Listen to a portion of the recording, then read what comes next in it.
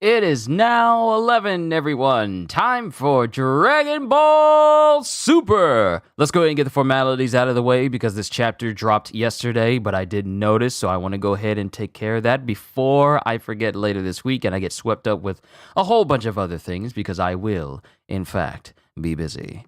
Yo, peoples, Kyushu92 here, and welcome back to yet another reading of Dragon Ball Super. Last we left off, we pretty much saw the incarceration of Dr. Hedo, while we also saw more and more of school life for Trunks and Goten. We saw a dance that happened, and we saw Mai go to the dance with Trunks, but really only to go and get Dr. Hedo arrested, because apparently the Red Ribbon Army is trying to recruit him or get in contact with him in an attempt to get the information that he has so that, you know, the Red Ribbon Army is trying to make a resurgence, apparently. And one of the things that Dr. Hedo says is that, like, sure, he may be my grandfather, but I'm not interested in making androids or anything, or his plans of anything, because the plans that were on the disc, the plans that were on the case for the disc that everyone thought Dr. Hedo was hoarding, it has plans for Cell. But turns out the disc itself is not actually even in the case. So it was just a holding case for Dr. Hedo to have his autographed picture of Clean God sitting in there. And that's it. Like, he didn't care about the plans for Cell. He just wanted to use it to hold his autographed picture of Clean God in there. But he gets arrested, but also vows that, hey, just because you got me arrested in here doesn't mean I can't continue my research. And he's in jail. He's been imprisoned, but that pretty much spells the end of Dr. Hedo's entire line at the moment, as we apparently cut to a new thing, because right now we have chapter 91, right here. The Red Ribbon Army's Revival. And on this color page, we have Piccolo, Gohan, and those two dudes from the Dragon Ball Super movie. And then we have a slightly older Pan. She's like a toddler. I wouldn't even call her a toddler. She's just like maybe in her 4, 5, or 6 age. Like, she's a little bit older. Like, she's able to get up and run. There's something tickling my nose every time I breathe in. But yeah, color cover page, chapter 91, the Red Ribbon Army's Revival. And we got Piccolo, who's just standing here, and we got Piccolo who's just standing in the midst of all these parents leaving school with their kids. See you tomorrow, teacher! And then we have another girl who's going, Daddy! And Piccolo is just standing there. And everyone is just watching. And then we see Pan, who's walking with her teacher going, oh, Piccolo! Piccolo! I really deepened up on the end. Oh, Piccolo! I'm sorry. Oh, Piccolo! Hi, Pan. I'm picking you up today. Huh? Where are Mommy and Daddy? They're apparently preoccupied. I actually thought my nose was bleeding there for a moment. It is not. Thank God. Just my nose is runny. Is it dusty in my room? It shouldn't be. My room is clean. Man, that is so immersion breaking. Like, both nostrils. Really? Why now? Why now? That is so distracting. No. I will not be interrupted by this. I'll be back.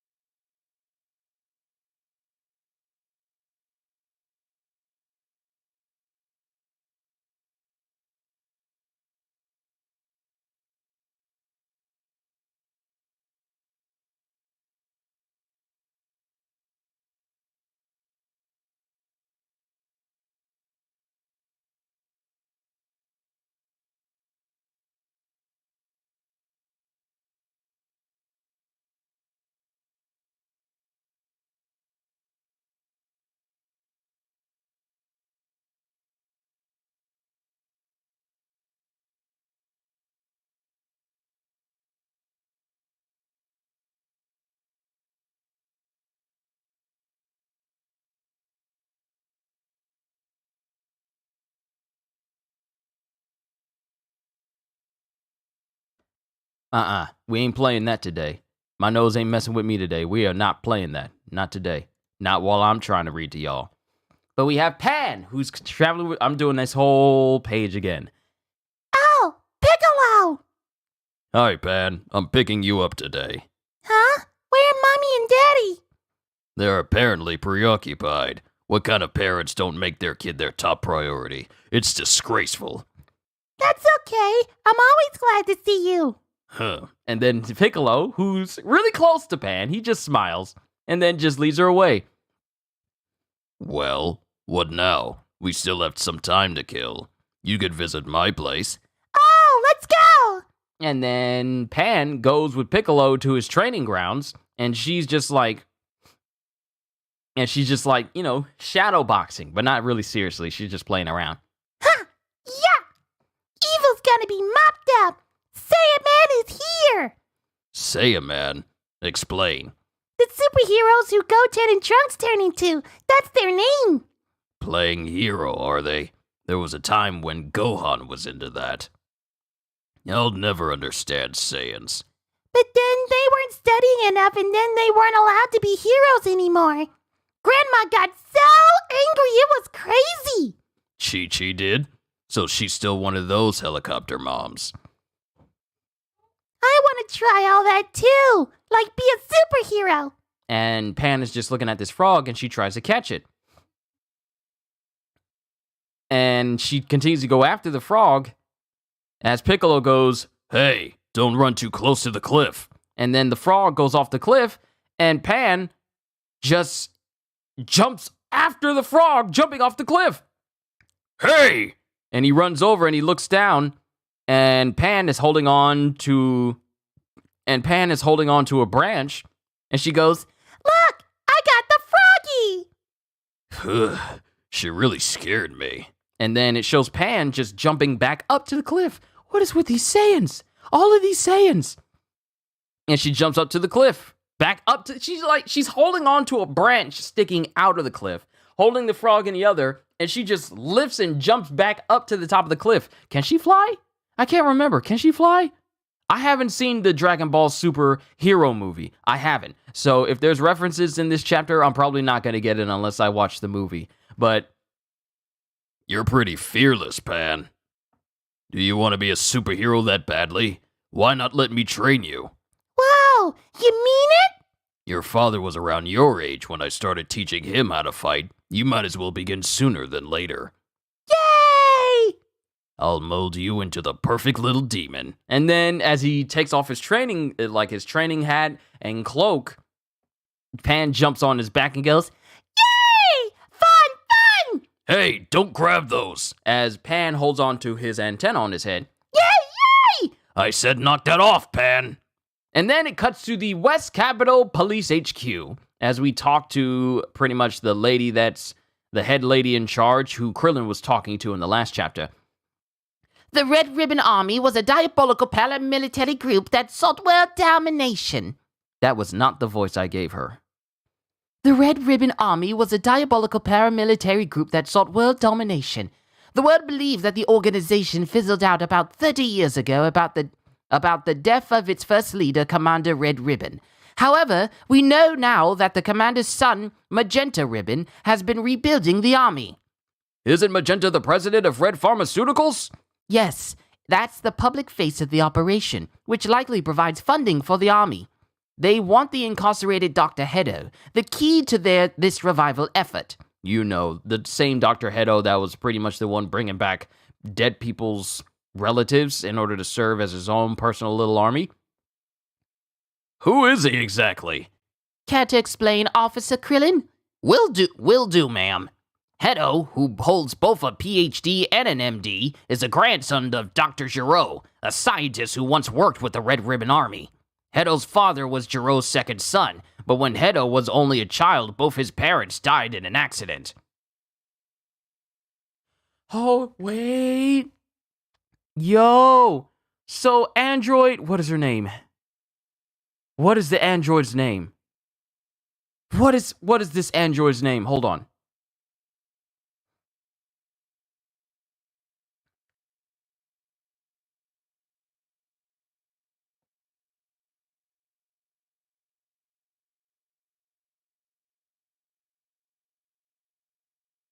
What is her name?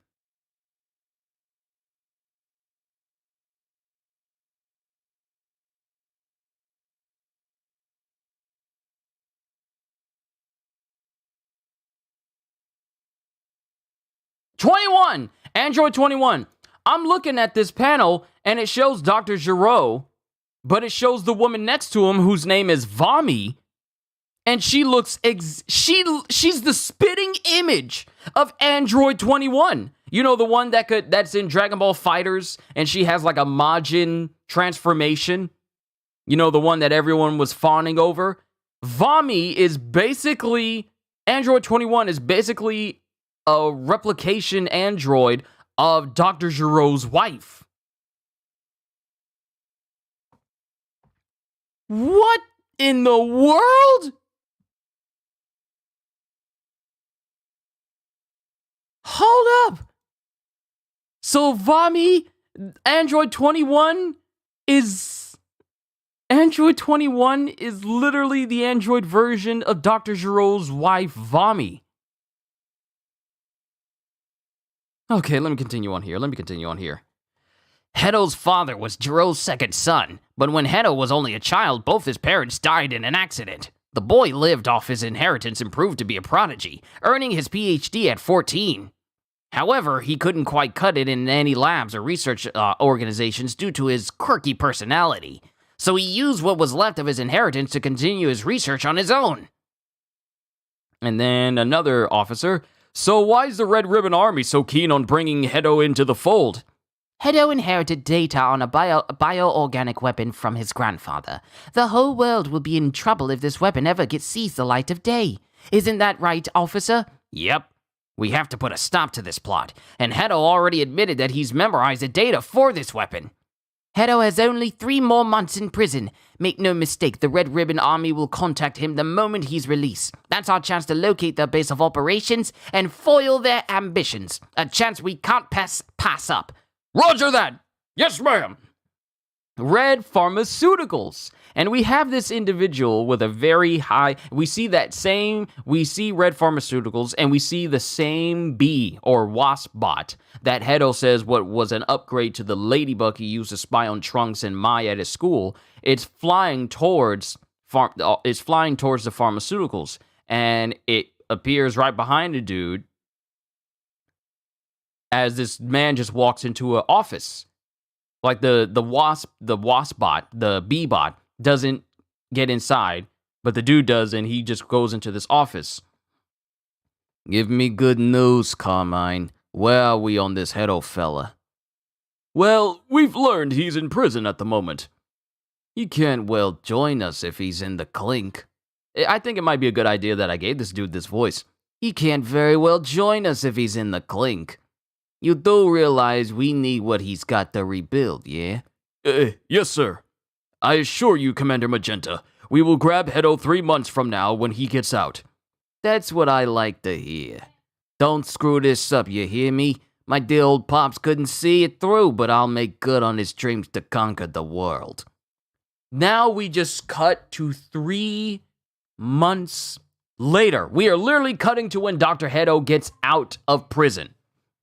3 months later, and we see the door open, and then Dr. Hedo, short stature, just walks out with someone going, "Get out and stay out!" And then Hedo walks away, looking at his wrist, like his wrist gauntlet, because he's dressed up to look like Clean God, but because that's what he's wearing, but it has an H on it, as if, for Hedo. He presses some button inside of the glove, and the whole front gate where that person screamed, "Get out and stay out," just completely explodes. So he basically just killed the dude inside. And he goes, and then a car pulls up, and it's Magenta.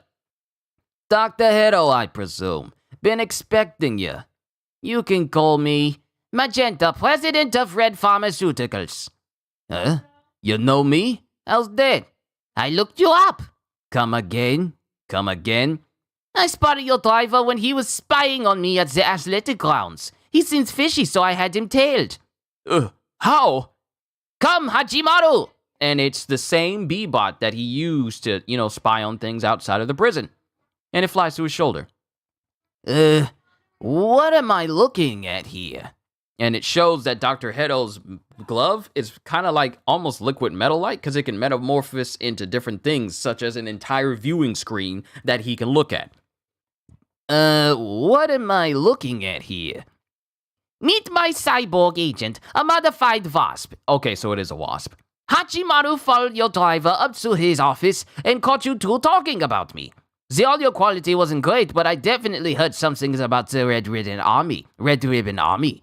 Now it's your turn to start explaining. Now it's your turn. I remember, he's literally a kid. He's literally very young. The audio quality wasn't great, but I definitely heard some things about the Red Ribbon Army. Now it's your turn to start explaining. Yeah, you're already in the know. You're already dead in the know, huh?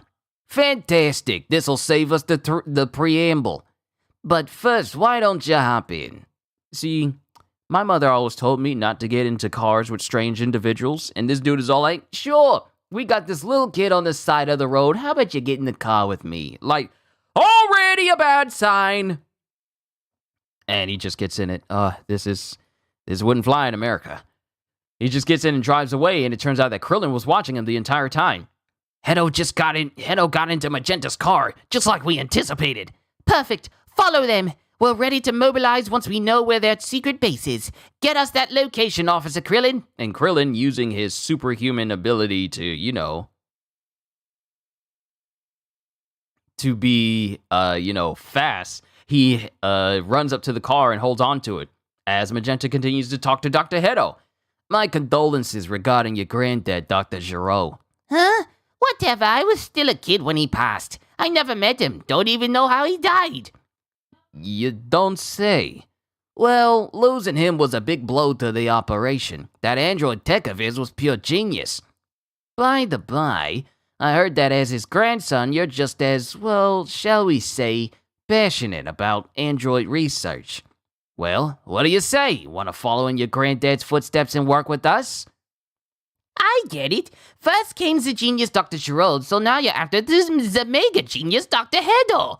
You got that right. And Krillin is slowly but surely peeking around the corner, not helping that his head is, big and has, like, the whole fact that it has the police on it. Like, Krillin, you couldn't just keep your head down and wait for them to get to the base. No, you gotta be trying to peek in on what they're talking about. And because my thing is, when people are around cover, if you're looking around to a corner, you're automatically exposed because your eyes are not up here. Okay? Where there's minimum exposure.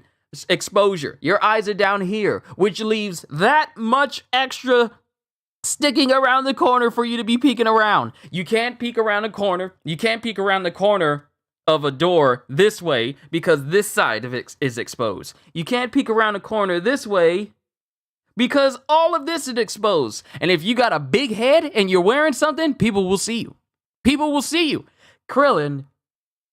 Oh, Krillin, sometimes these characters in this story make me hot on just how obvious they make everything. They make me hot. Snow, good to see you. Also, good to see you as well, Abir and Cycle. Sorry I didn't acknowledge you at first, but it's great to have you all here. But Krillin, y'all make me hot. Y'all make me hot on how easy y'all make it for people to notice you. Y'all really do. For a person who learned how to hide his chi to keep himself from being hidden from someone like Frieza and Vegeta and the like, you would think this dude would be an expert at trying to make himself inconspicuous around normal people who can't sense him. But, I don't know, it's like, and he pokes his head around as he goes, You got that right. As Magenta says, you got that right. We can offer research funds, facilities, and 300 mil per android to sweeten the pot. And as he's saying this, Krillin is peeking his head more and more upwards to the window, making himself easier and easier to see. And Dr. Hedo sees him. You make me hot, You make me hot, Krillin. You make me hot. Just how obvious you make. Why? You literally just set yourself up. Let me poke my head around this corner. There's no way they're gonna notice a big old chrome dome with the helmet on sticking up through the window. You make me hot, Krillin. I'm sorry. So many characters do that to me. If it ain't Goku making me hot, is everyone else doing obvious stuff that is just dumb. That is just so dumb. I'm sorry. The story's not dumb. It's just that some of the things that the characters do is just so dumb. You would think the obvious would be, let's just remain hidden until they get to their secret base. Then I'll relay the information of where they're at. And that's how you be stealthy. You don't just poke your head up and they're like, let me see what they're talking about outside of this high-speed moving car where the wind is whipping through my ears where I wouldn't be able to hear them anyway. My goodness. I have to say, out of all the series that I read on my channel,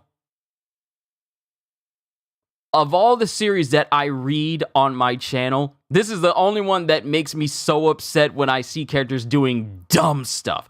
Not only, and just like, who said that? Just like Abir says, he's sticking his head up with his helmet that says police on the top. So the first thing people will notice is, like, police?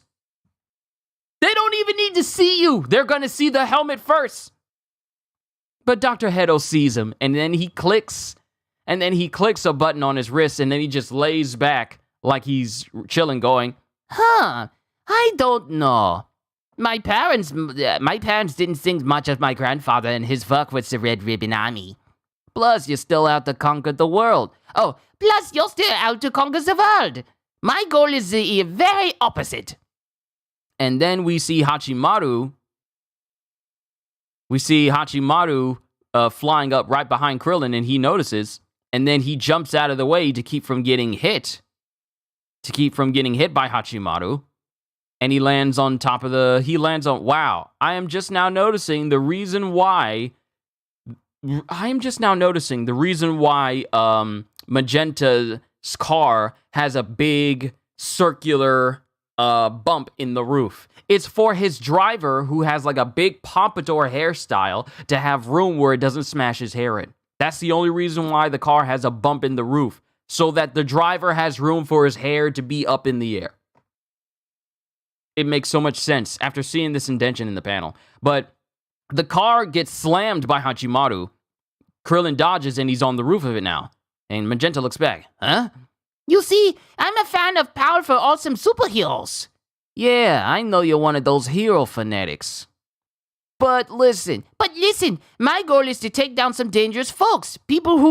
But my goal is to take down some dangerous folks, people who would oppose us. We're out to make a peaceful world where we're in control. Not so different from superheroes, right? And Hachimaru shakes its head and gets back up and flies towards Krillin, who's currently on the roof of the very car he's tailing.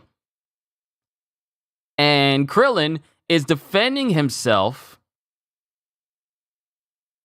From this android wasp while also keeping up with Magenta and Dr. Hedo. Let me get this straight. You plan to take over the world by force and shape it according to your will just to attain wealth and power? That sort of authority doesn't pique my interest. Little does outside of my research. Still not convinced. How about a cool $1 billion for each android you make for us? An offer I can't refuse, is it? And then his attendant and bodyguard pulls out a gun and goes, bingo. Like, they're prepared to shoot Dr. Hedo if he doesn't join them. Like, join us or die type deal. Fine, if I must. To be clear, that firearm doesn't scare me. I've injected myself with a particular compound that makes my skin resistant to bullets. Furthermore, please don't forget about Hachimaru. One jab from its toxic stinger will incapacitate the human or any remaining biological components of an android. Toxic stinger? As Krillin realizes what he just heard from Dr. Hedo, and as Hachimaru is preparing to stab Krillin with this same stinger, he dodges out of the way, pulls his gun out,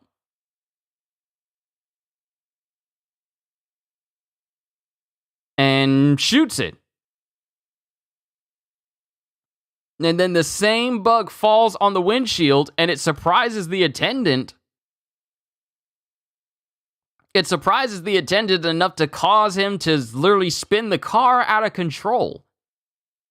I'm operating because the considerable funding you're offering appeals to me, that will allow me to create history's greatest androids. Mind you, President Magenta, I have no interest in your lofty ambitions in and of themselves. And as this whole car is spinning, it's a bit dramatic for you to be spinning an entire car just because of a small wasp you see on the screen. On the windshield. Just turn the windshield wipers on if they bother you. Like, I've never seen a person spin out of control with their car because of a bug that hit it. I've never seen that. This dude is overreacting. The heck? Mind you, President Magenta, I have no interest in your lofty ambitions in and of themselves. Fine by me. And then they drive off with Hachimaru just on the ground.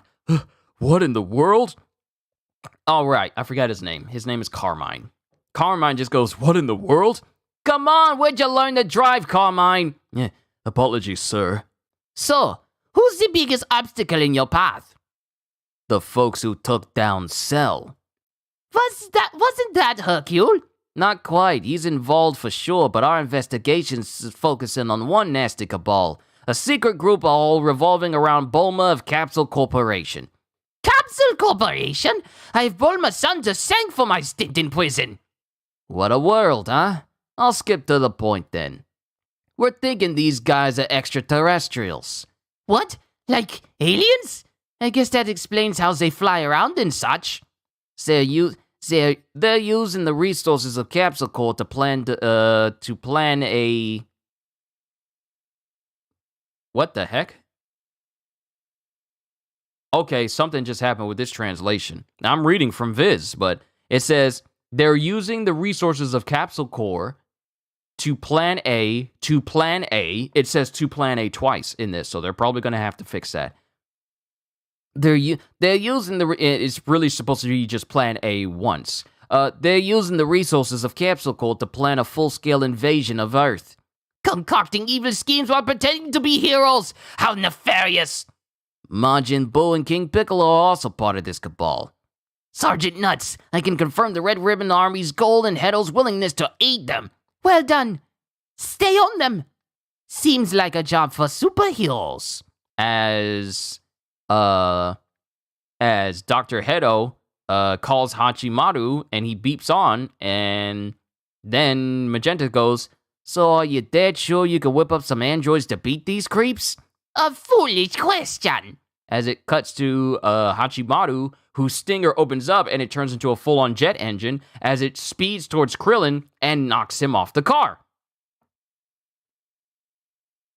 And then Dr. Hedo puts his headpiece over him as, Carmine drives past them. As of now, my goal is to give rise to the greatest androids the universe has ever known. Fantastic. The Red Ribbon Army will be back on top in no time. Hurrah! And they drive past with Krillin down as he goes. Incidentally, a police officer was following us, but I took care of the problem. What?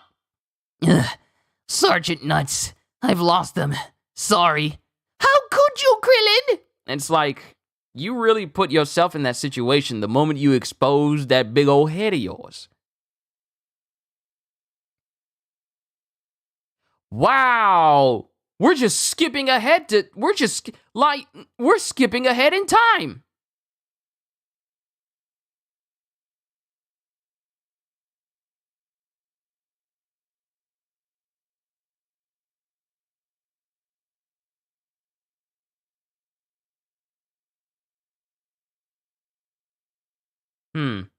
I don't know what the heck that was, but it will not happen again.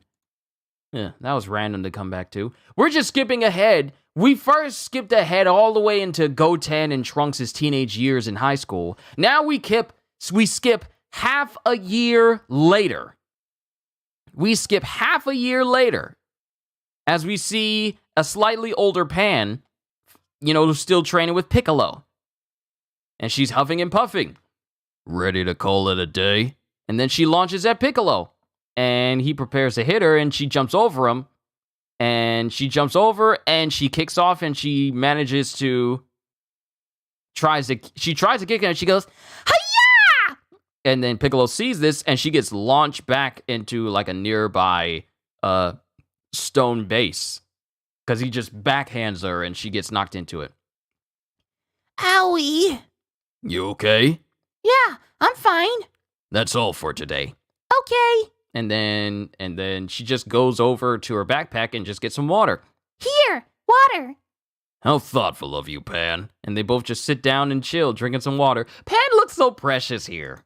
She looks so precious.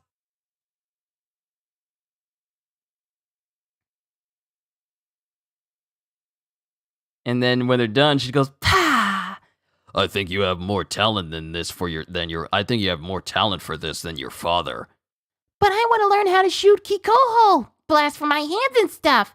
Goten and Trunks can do that, you know? Like I explained, you need to master the basics first. You can't even fly yet. Yeah, well, it's hard. Of course it is. Go on and try. Okay. And she goes, like she's really focusing. Don't force it. Will it. That'll give you control over your chi. Okay, but shh, let me try. And then she starts focusing. And then you see energy.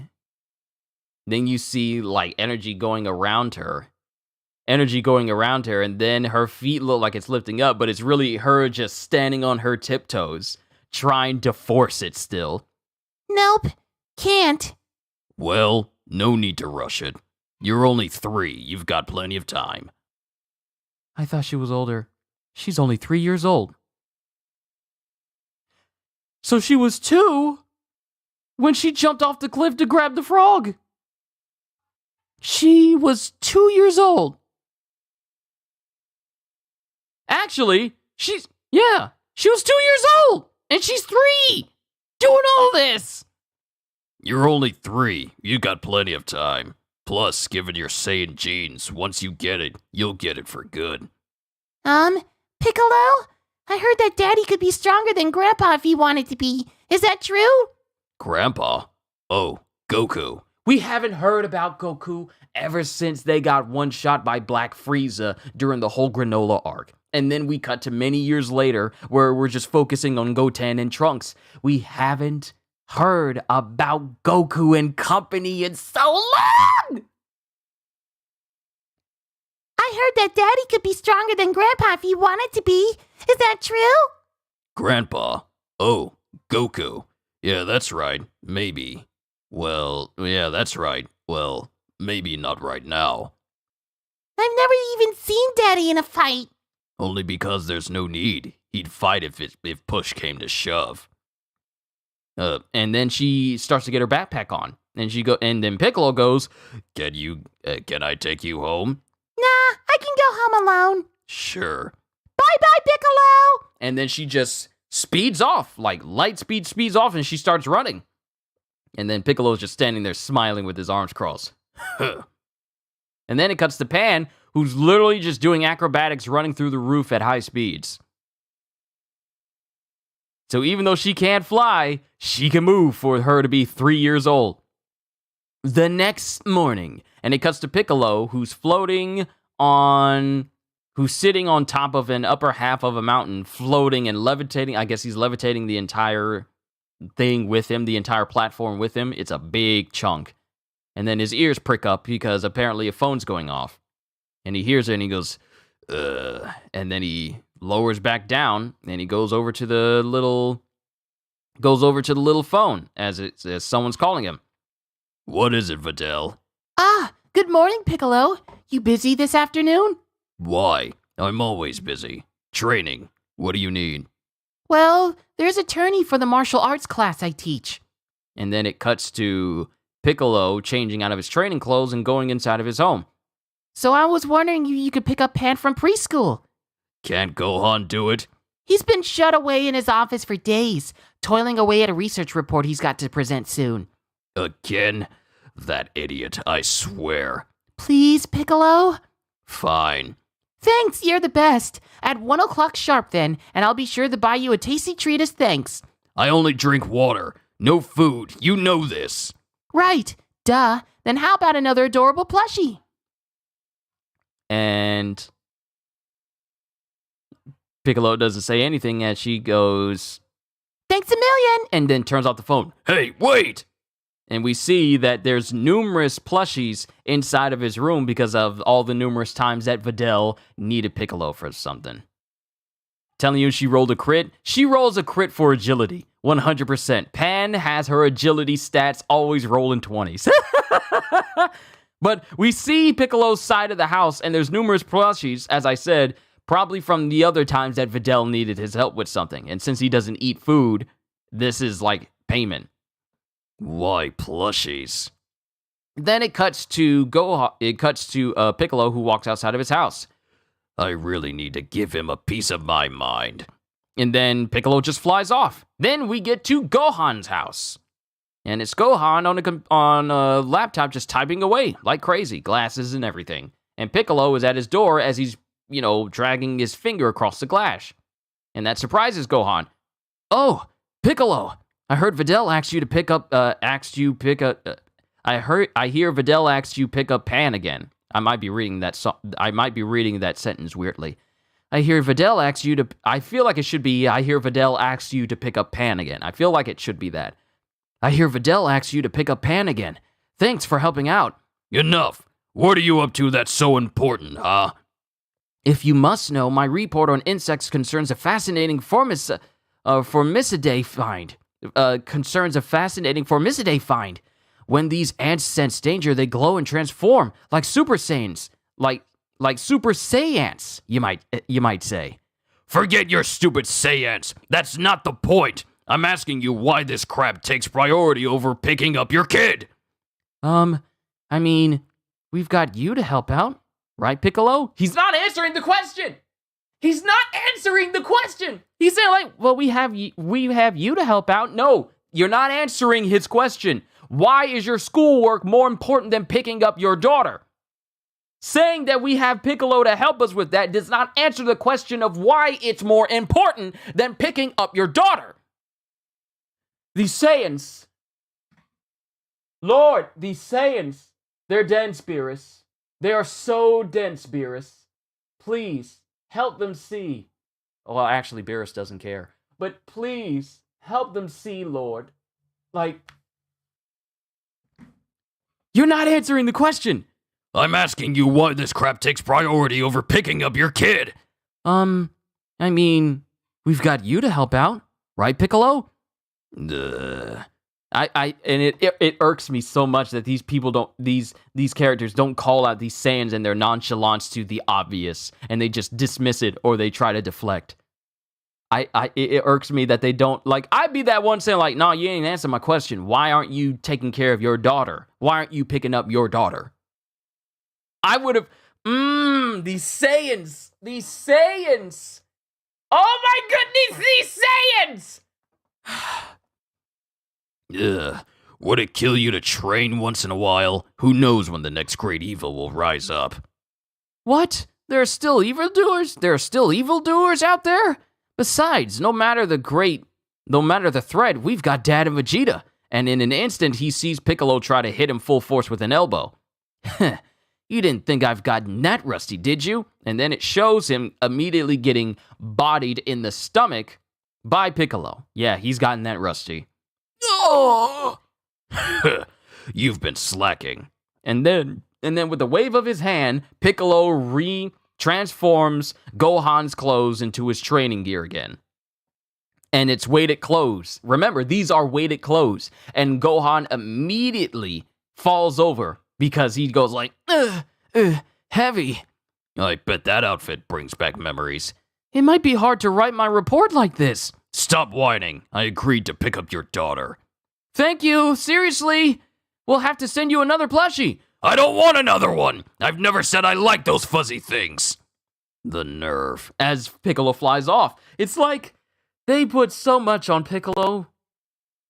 They really put so much on Piccolo. They really do. They put so much on this man, and all he wants to do is just train and be left alone, but they keep bothering him. They keep bothering him. Thank you. Seriously, we'll have to send you another plushie. I don't want another one. I never said I like those fuzzy things. He flies off going, the nerve. Piccolo sure is grumpy. The denseness of Saiyans. The denseness of Saiyans! Oh my goodness. Oh my goodness. It's like You can count on them to fight. But you would think that the most academic out of all the Saiyans, Trunks, Goten, Vegeta, Goku, you would think that Gohan, the one that Chi-Chi was so adamant would go to school and get his degree and not be a delinquent, as he always used to say. You think he would be able to be smart enough to read the room. But the thing you get from this is like, Piccolo sure is grumpy. You don't ever think, like, we rely on Piccolo way too much. I feel like when it comes to Dragon Ball, I actually get more irate and upset over some of the characters in this story than any other series that I read. Like, I'll be hooping and hollering for One Piece. I'll be absolutely dumbstruck with My Hero Academia and Jujutsu Kaisen and One Punch Man. But this is the only series where I look at characters and I'm like, how are you this smart and this stupid at the same time? Because that's exactly how Goku would react. He doesn't try to understand why people are angry. He'll just be like, boy, Vegeta sure is angry today. After Vegeta clearly exhibits contempt for whatever Goku is doing, Goku's all like, why are you so mad and upset? That's the same mentality. And it makes me so angry that they are just horrible at reading the room. I'm like, it just gets me. For those who've seen it, we know where this is going. I take it that this chapter is the lead up to Dragon Ball Super Hero. I'm probably going to see, I wonder, is it on streaming yet? Is it on streaming yet for me to watch Dragon Ball Super Hero so that way I can just watch that movie? But, my goodness, Gohan, Goku, Vegeta, Goten, Trunks, every single one of you, y'all are so, I feel like Goten is more well-rounded. Sure, he's still a kid. He's a teenager. I mean, I can call people kids now that I'm in my 30s, but why is it that Gohan, who's supposed to be the most intelligent and most educated, is still just as dense as his dad at times? That is not something you want to inherit from him. That's how people died multiple times in the past. Let's move on. We're almost done with this. We're almost done. Piccolo sure is grumpy. And then it cuts to Piccolo, who's back to meditating again, as he's struggling to meditate because he keeps getting distracted. So the platform he's floating and levitating on starts to shake because his concentration is kind of shaking. Ugh. Darn, not there yet. Too many intrusive thoughts. Focus. And then it cuts to something appearing behind him, like a glint, like something's shooting in from outer space, and something with eyes just pops up. It's something big with eyes, goes towards Piccolo, and the whole area where he's standing just implodes. And then Piccolo is standing there in the smoke, looking up at this individual who goes, who dares interrupt my training? And then it's one of the dudes from the Dragon Ball Super Hero movie, and he has the number 2. I don't know who these are. I think one of them is named Sigma and Gamma, or Sigma and Beta. I don't remember their names. I don't remember their names because I haven't seen the movie. But that one of the dudes from the movie is just right there in front of Piccolo with the number 2, and he has a gun in his hand. King Piccolo, I presume. Sorry, I'm just regular Piccolo. Huh? I don't get it.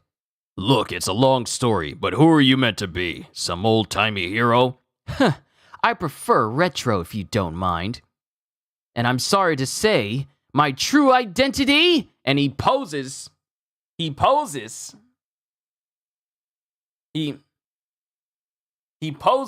like this. And an explosion happens behind him as he transforms, and he goes, my secret identity is a big secret. And then Piccolo looks at his arm because it has RR, the same RRs that you would see for the Red Ribbon Army. And he says, it's a big secret. And then Piccolo just looks at him like, huh? And that's the end of chapter 91 of Dragon Ball Super. It is so crazy how we've been going on this long for Dragon Ball Super, and it hasn't even reached 100 chapters yet.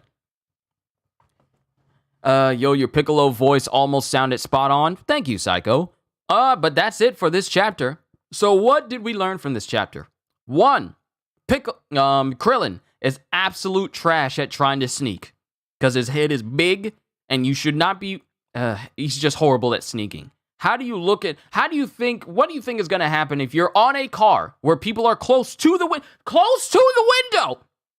It's very easy. If you're sitting in the back seat and something gets close to the window, you will notice because you're close to the window. Unless your peripheral vision is just Gamma 1 and 2 and it's out to buy, okay, I will check out Dragon Ball Superheroes later. And you say it's out to buy now, so I'm going to check it out. I'm going to look at it. I'm going to watch it today. I'll check it out then. But you can't tell me that you thought it was a good idea to jump up on this car. Not only that, but you latch on and hold on to the car. And you, like, if something happens to a car and you're inside, unless the car inside is soundproof, which I've never heard of a soundproof car, it muffles sounds, but it doesn't make everything soundproof. But I've never known one where you could do anything to a car on the outside and people don't hear it, even when you're driving. If something hits the car or touches your car while you're driving, you're gonna hear it because the sound the sound goes through the car and into the enclosed space. Where unless you got music turned up, which they didn't, then unless you got music turned up, you're clearly gonna be able to happen. What movie released on Blu-ray? Oh, last weekend it's at Best Buy. Oh, okay, cool. All right, so I wasn't too far off on trying to find out when I can check out Dragon Ball Superhero. But there's no way you're going to be able to jump on a car and somebody inside of the car is not going to hear you even touch it, let alone you holding on for who knows how long and expect them to not see you. Like, my thing is, Krillin, why are you poking your head into the window? Why? Why are you going to put yourself in that situation? Why are you going to... Because... Like I described, you cannot peek around corners and people not see the upper half of your head peeking around the corner. It's like this. Hold on. Let me do an analogy. Let me do this. I need something big. Right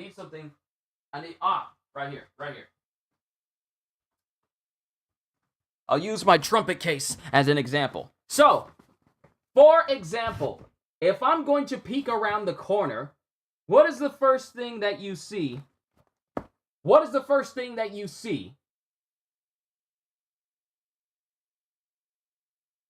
You see my head, right? You see my head before you see my face. Like, you see the corner of my head sticking out before you see me.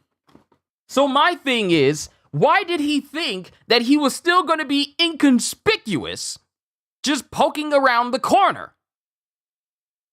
Secondly, why did he think it was a good idea to poke his head around the corner with his helmet on that clearly says police, and you're trying to follow someone who just got out of prison and you're tailing another person who has suspicions of being behind the Red Ribbon Army? Why would you think it's a good idea to poke that clearly exposing text of a helmet of a head in front of the window and not think you were going to be seen? Someone explain to me. Not really. You guys don't have to answer that. But please someone explain to me, rhetorical, once again, why he thought that was a good idea. Another thing is Pan is learning how to fight. And she's only 3 years old. She catches on pretty quick. She hasn't learned how to fly yet, but she has all the other makings of being able to, fight just like her father did decades ago. But that's going on.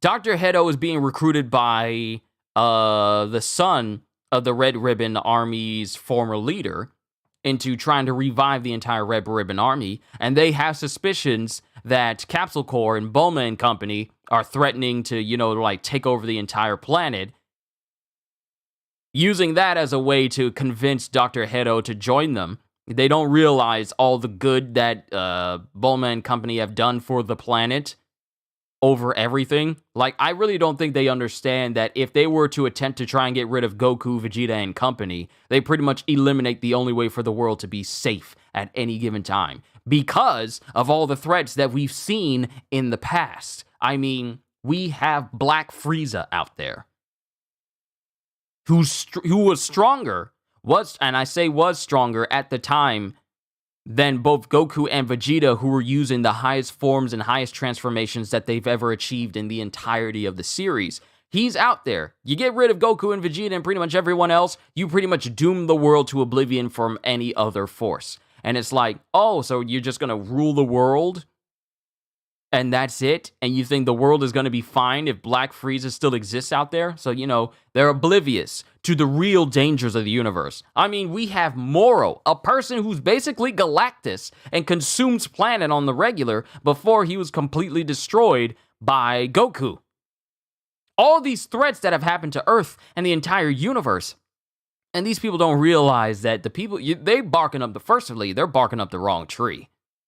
They are really barking. I feel like Pan will surprise Gohan some point in the future. That might be possible. But we need to get to Gohan, because this man makes me upset. And he's showing off traits that are kind of similar to his father a little bit, which is why Piccolo is pretty much the best parent in the entire series.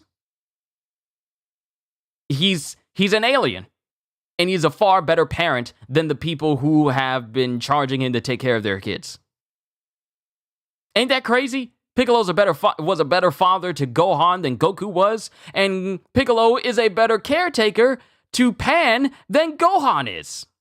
Videl, I can understand. She's busy. She's busy. Gohan don't have no excuse. This man clearly and it made me upset when I saw this. Passing off their daughter to Piccolo so they can take care of what they need to take care of, and it's all like, hey, I'm busy and I gotta do this. Videl, I can understand. She's not like a fighter or anything like that. She has a normal job to do.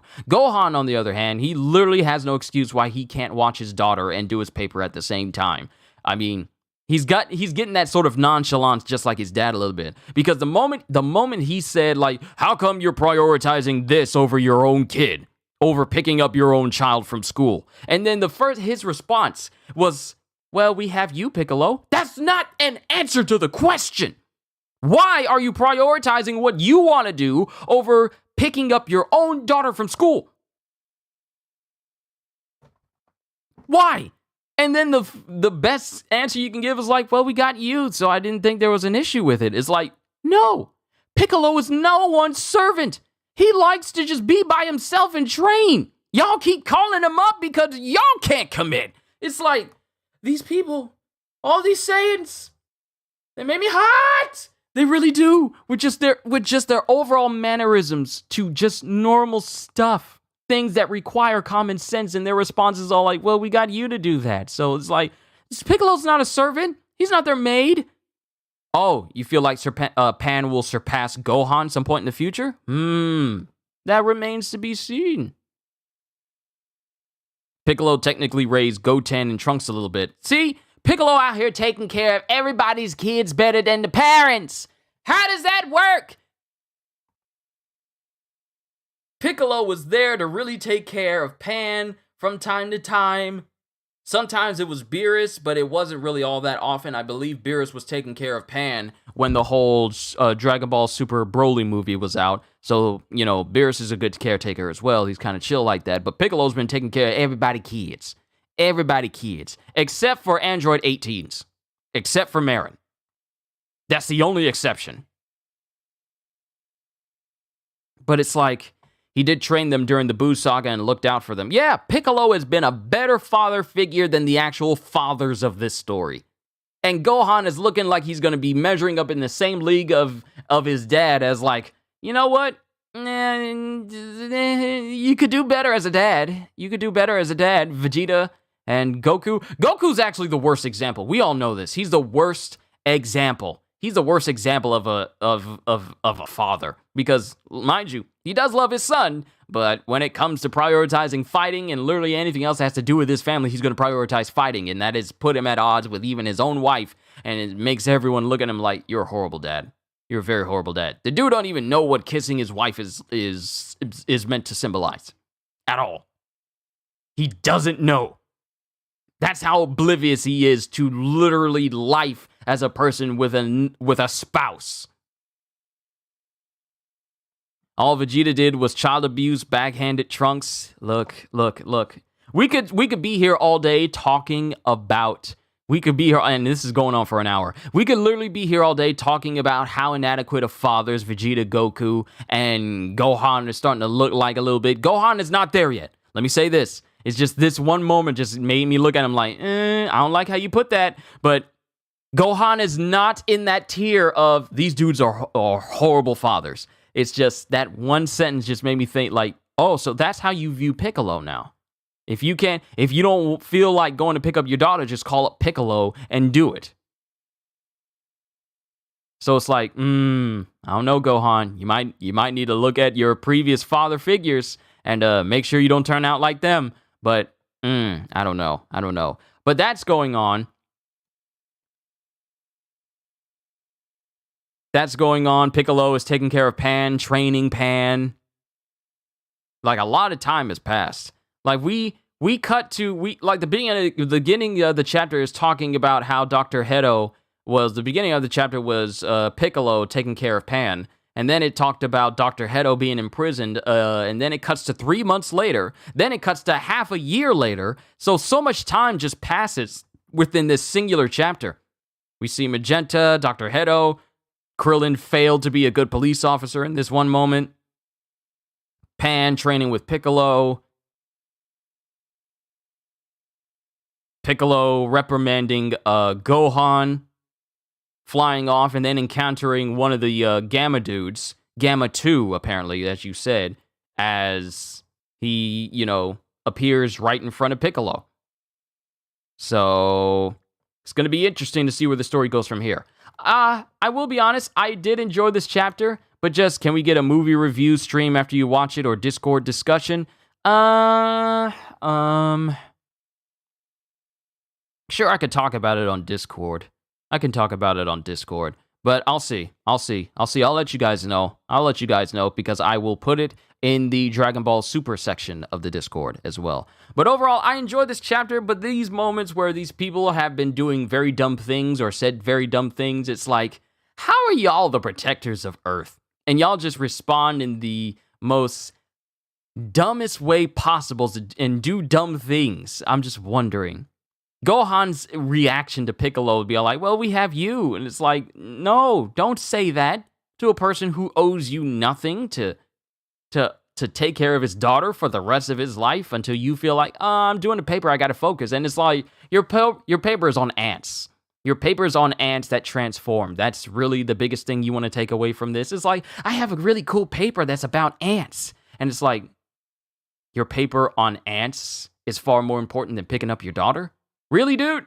Don't turn into your dad. As a father, don't turn into your dad. Please don't.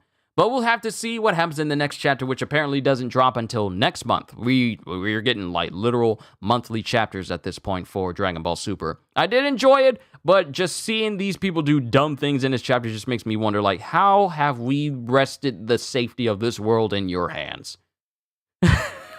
I don't know. But overall, I did have a good time reading this to all of you, and I hope you all were entertained, because if you were, then I've done my job. So to everyone here, all I can say at the end of the day is, hope you all enjoyed. Can't wait to see you all in my next video. And if you're new to the channel and you enjoyed what you saw here today, then like, subscribe, share the stream with everyone you know, because the more the merrier. And maybe even consider becoming a member, because I am always looking forward to entertaining you. So have a fantastic day, and once again, as always,